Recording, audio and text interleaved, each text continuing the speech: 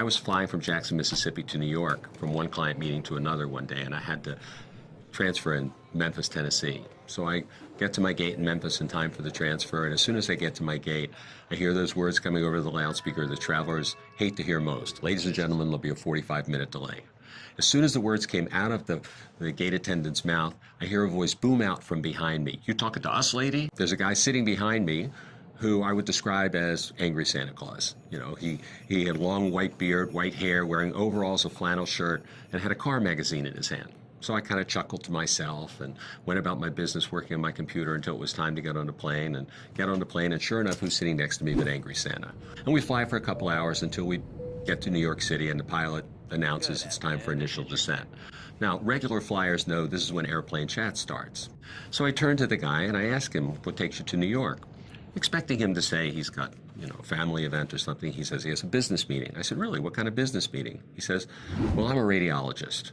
So immediately I felt guilt. It's like, how is it that after all these years of doing diversity work, I've stereotyped this doctor as a car mechanic? And so in my feeling a little nonplussed, I said, "Well, what kind of radiology?" And then the hammer really hit. So he tells me that actually they've been studying the brain using functional magnetic resonance imagery and looking at which parts of the brain respond when people interact with different kinds of people.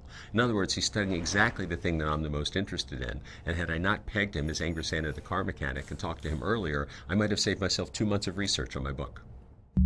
So what we're going to be doing in this course is to be looking at unconscious bias from several different angles. You'll be hearing from myself, from my colleagues Kimberly, Rosalind, Eric, Bart, and Shilpa.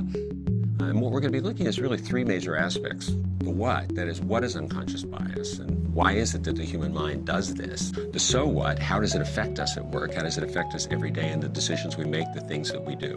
And then the now what do we do about it? A lot of times we collapse our bias with our morality. We think that because we have bias, it means we're immoral or amoral. This isn't about being a good person or a bad person. I promise there are not very many people who've worked on this issue with themselves more than I have. Still, after 30 plus years of doing diversity training, doing work on unconscious bias, these biases still occur in me, in you, and everybody else.